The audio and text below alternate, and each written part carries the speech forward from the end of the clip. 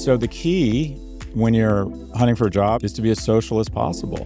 Go out, meet as many people as possible, have fun, contact people, make as many contacts as possible, and let people know that you're looking. In sum, the most popular kids in high school aren't the best looking, the smartest, or the best athletes. They're the ones that like the most other people. So to a certain extent, networking and looking for a job is a popularity contest. So one, a series of small disciplined acts every day. Two, don't be afraid and let your ego get in the way of calling out or calling people and reaching out and asking for help. And three, be as social as possible and let people know that you're looking for a job. In today's office hours, we discuss masculinity and volunteering, narcissism, and how to bounce back after a layoff. I have not seen or read any of these questions. Question number one. Our first question comes from the Relevant Elephants on Reddit. God, the best names in the world. They ask, hey, Prof G, you said mandatory service could help the nation's loneliness epidemic. I volunteer at animal rescues in LA, and I'm literally the only man there. I've asked on Reddit how to get more men involved, and the top answers were, that's a woman's job, or I don't have time. I don't buy that, and I don't think you do either. So how do we reach these men? How do we convince them that volunteering is masculine and actually good for their social lives too? I like to think that I'm generous with everything but my time. So occasionally I'll do some volunteer work or spend time with young men. So I don't want to lecture people about it. What I would say is that I had Dan Harris on the pod, and he writes about anxiety and purpose. Very thoughtful guy. He has a really wonderful podcast called 10% Happier. And a couple things that he said really stuck with me is that one, action absorbs anxiety. I have someone in my life right now that has like crazy tooth pain and is worried it's something with her head, had a head injury. And I'm like, okay, let's get you in to see a neurologist like tonight or tomorrow morning and a dentist. And immediately she felt better because action absorbs anxiety. If you're worried about something, just immediately move to action to try to address it and you're going to feel better. Also, the other thing you said that a great way to sort of practice to sort of help you get out of a funk or depression is to help others.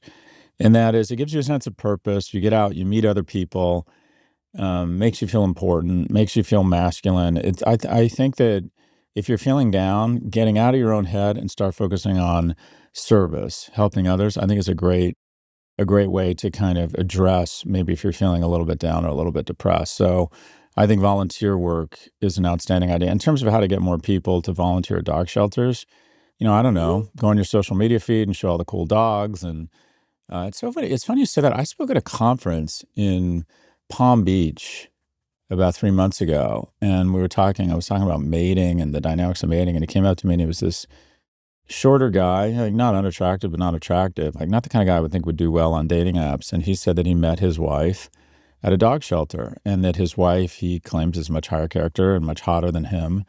But she was really drawn to him because of his kindness and his service, which I thought was actually pretty interesting.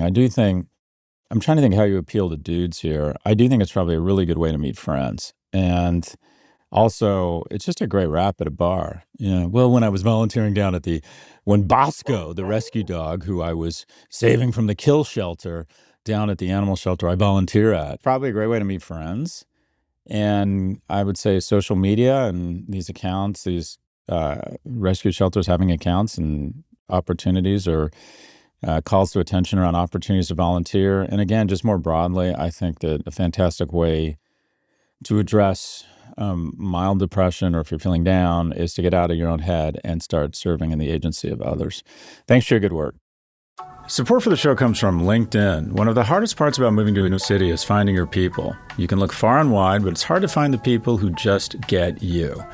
And the same goes for B2B marketers. Locating the right people who align with your business and an audience that connects with your product and your mission can make all the difference. But instead of spending hours and hours scavenging social media feeds, you can just tap LinkedIn ads to reach the right professionals. According to LinkedIn, they have grown to a network of over 1 billion professionals, making it stand apart from other ad buys. You can target your buyers by job title, industry, company role, seniority, skills, and company revenue, giving you all of the professionals you need to reach in one place. So you can stop wasting budget on the wrong audience and start targeting the right professionals only on LinkedIn ads. LinkedIn will even give you a $100 credit on your next campaign so you can try it yourself. Just go to linkedin.com/Scott. That's linkedin.com/Scott. Terms and conditions apply, only on LinkedIn ads. Our second question comes from RedLegs05 on Reddit. They ask, Prof G, you joke about being a narcissist. I think most of us raised on social media are, but we rarely talk about it. Maybe because if we're not successful, it just feels shameful. So how do you think narcissism fuels achievement or results from it? And would you ever delete your social accounts other than Twitter? You call them toxic. What's stopping you from actually logging off and signaling some virtue while you're at it? A narcissist, I think, is someone who thinks, looks out the window and sees themselves to an extent where they lack empathy, and they can even become somewhat sociopathic because everything is just about them. They don't really make much of an effort or look through the lens of other people's emotions or success. And I think I suffer from some of it, but I think even if someone states they're a narcissist, it probably means they aren't. And one thing that has, having kids, working with people, having had some adversity in my life, having friends from different economic backgrounds, going to a public school where there were people from all different ethnicities and economic backgrounds, I think you're more inclined to become less of a narcissist. Is that true? What's the opposite of narcissism? Empathy? I don't know. But I think that some of the self-absorption I feel or vanity are also embers such that I want to be more successful. The affirmation or the approval of others and being impressive in other people's eyes is definitely a motivating force for me. And I think it's interesting to look at what motivates you around things. And my primary objective or purpose the first 40 years of my life was economic security, which is Latin for get more money. And why is that? One, in a capitalist society, all the signals are trying to encourage you to make more money and be more productive such that you'll go out and buy more Chipotle and go to Disney World and fuel the economy. So every signal is, all right, how do you aggregate more money, more power? Well, if you aggregate more money and power, your kids are going to have more opportunity. You're going to be, men are going to laugh at your jokes. Women are going to want to have sex with you. I mean, all of these things are pretty strong motivators in capitalist society. And so I very much bought into that. And also in a capitalist society, you get to take care of your own when you have money. And my biggest source of stress growing up, and even into my 30s and 40s with kids, was feeling like I was economically vulnerable, whether it was investing in companies that were going poorly and worrying that I was failing my children, or really my first sort of fear. I had anxiety around money when I was a kid because me and my mom didn't have enough, but the real fear set in when my mom got very sick. And I felt those natural masculine protective instincts to try and take care of my mom. And it was very hard and humiliating because I wasn't able to do it at the level that I expected for myself. And so I figured out pretty fucking early, okay, money matters a lot. And I became very focused, and that was my purpose. But as I got older, wanting to be loved, wanting to impress people, wanting to have relevance, all of that, I mean, that's a form. Is that a form? I think that's more vanity than narcissism. But those things are very motivating. And I have thought, somewhat to your second part of your question, I thought at some point I'm just going to go dark off of social media. This is just so fucking stupid. And I'm addicted. I don't have an addictive personality. I drink a lot of alcohol. I don't do a lot of drugs. I do some THC, but I don't think I'm addicted to any of it. I'm one of the 95% of people who manage their substance and their professional and personal lives fairly well. Where I do have an addiction is I'm addicted to the affirmation of others. I care too much about people who I will never meet or their opinion of me. And sometimes it gets in the way of what really matters. And that is the affirmation, love, empathy, and care of people who are close to me. I will trade off personal time for work because I want to impress people and I want to make more money. And then I do slow down and think, what the fuck am I doing? There's a nice thing about money. God, I'm going off script here. There's 3 buckets. There's things you want to do. I want to hang out with my kids and go to, the Arsenal game or Chelsea game or Spurs. We're a house divided. How the fuck did we end up with 3 teams? Anyways, there's things you have to do, right? Jim Bankoff is going to be a can. He's the CEO of Vox who distributes our podcast. He wants to get together. I have to do that. And I say have to do that. I also want to. I like Jim. He's actually a reasonably nice guy. And there's things you should do. I've been invited to all this shit at Cannes that will be a bunch of people and it'd be good networking and good for my business. And I'm like, the great thing about having money is you can eliminate the should bucket. I no longer do shit I should. No longer do shit I should. Oh my God, isn't that nice?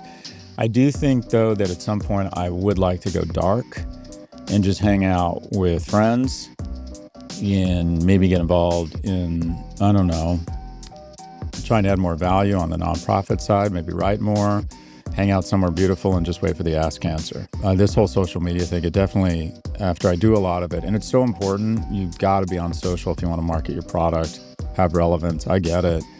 But at some point, I'm going to, every time I spend more than a few hours on social media, I feel like I need to shower. It's like eating a big bag of Skittles. You're like, oh God, was that a good idea?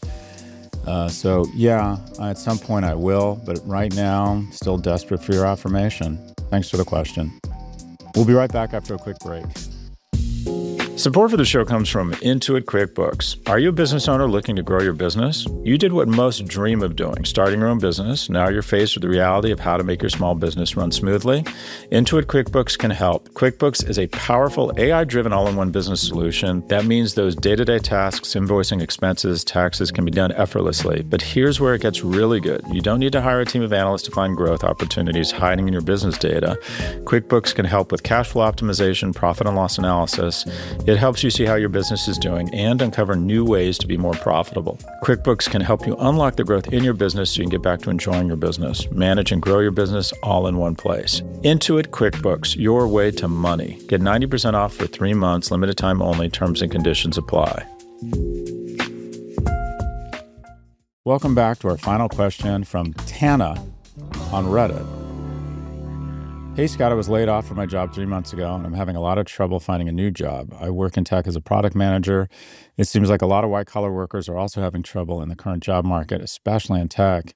What would you suggest are the best ways to go about regaining employment these days? Thanks in advance. I don't think there's a silver bullet here. The one thing I would correlate with a job search that sometimes people don't necessarily correlate with is, one, it's okay to be vulnerable. I think especially men put up this front of, oh yeah, I decided I didn't like them and I left and I'm fielding other offers, when the reality is I got laid off and I really need help. Do you have any idea of anyone who's looking for a job? And I mean, you don't want to come across as desperate, but it's okay to be, yeah, got laid off, looking for a job. Let me know if you know of any opportunities. Here's my CV. This is the kind of role I'm looking for.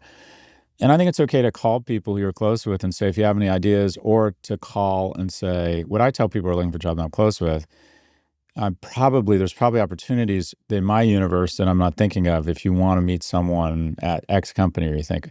I had a friend of mine who is the chief revenue officer of a well-known tech company, but it's not working out. He doesn't like it. Call me and say, do you know anyone at Reddit? There's a job there. And he forwarded me the job description. And it ends up, I do know someone at Reddit. So one, don't be afraid to ask for help. Two, every day, just a list of shit you're going to do. Send out this many emails, go on LinkedIn, contact this many people. Success in anything is a small series of disciplined efforts every day, right? Working out every day, cutting back your food intake a little bit every day, sending nice messages to people every day, showing you care, saving a little bit of money every day. That is what success is. Small acts of discipline every day. So every day before you go to bed or in the morning, write up a list, do certain shit. Now, here's the thing I find that's most interesting about the job search dynamic is that I love that study that came out of Google that when they post a job opening, they immediately get 100 applications. They shut it down 20 minutes later or take it down. They invite in the 20 most qualified people. And then 70% of the time, the person they ultimately end up making the offer to is someone who had an internal advocate, someone who already worked at Google, who said, I know Lisa and she's fantastic, and just trust me on this. Because here's the thing, most hiring managers have figured out, interviews are fucking useless. Literally fucking useless. Or at least they are for me. I mean, occasionally someone comes in and you're like, no way. And occasionally someone comes in and blows your socks off and think we should try and find a way to hire this person. But anyways, I find the 80% in the middle just doesn't work. I've been fooled a lot in interviews, both at the upside and the downside. So it's about reference hiring. If someone calls me, Ed Elson, who's the co-host of Prof G Markets, my friend Joanna Coles called me and said, you must hire this young man. And I'm like, to do what? And she's like, it doesn't matter. And she's like, literally, I called him and said, I don't know who you are, but I've been told to hire you by someone I trust. So I hired him, and she was right. He's great. So the key when you're hunting for a job and in general is to be as social as possible. Go out, meet as many people as possible, have fun, contact people, make as many contacts as possible, and let people know that you're looking. And it's, in sum, the most popular kids in high school aren't the best looking, the smartest, or the best athletes. They're the ones that like the most other people. So to a certain extent, networking and looking for a job is a popularity contest. And how do you become most popular and put yourself in a room of opportunities even when you're not physically in it? You like as many other people as possible. You're as social as possible. So 1, a series of small disciplined acts every day. 2, don't be afraid and let your ego get in the way of calling out or calling people and reaching out and asking for help.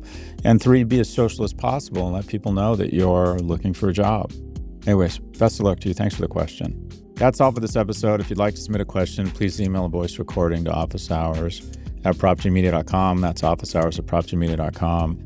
Or if you prefer to ask on Reddit, just post your question on the Scott Galloway subreddit, and we just might feature it in an upcoming episode.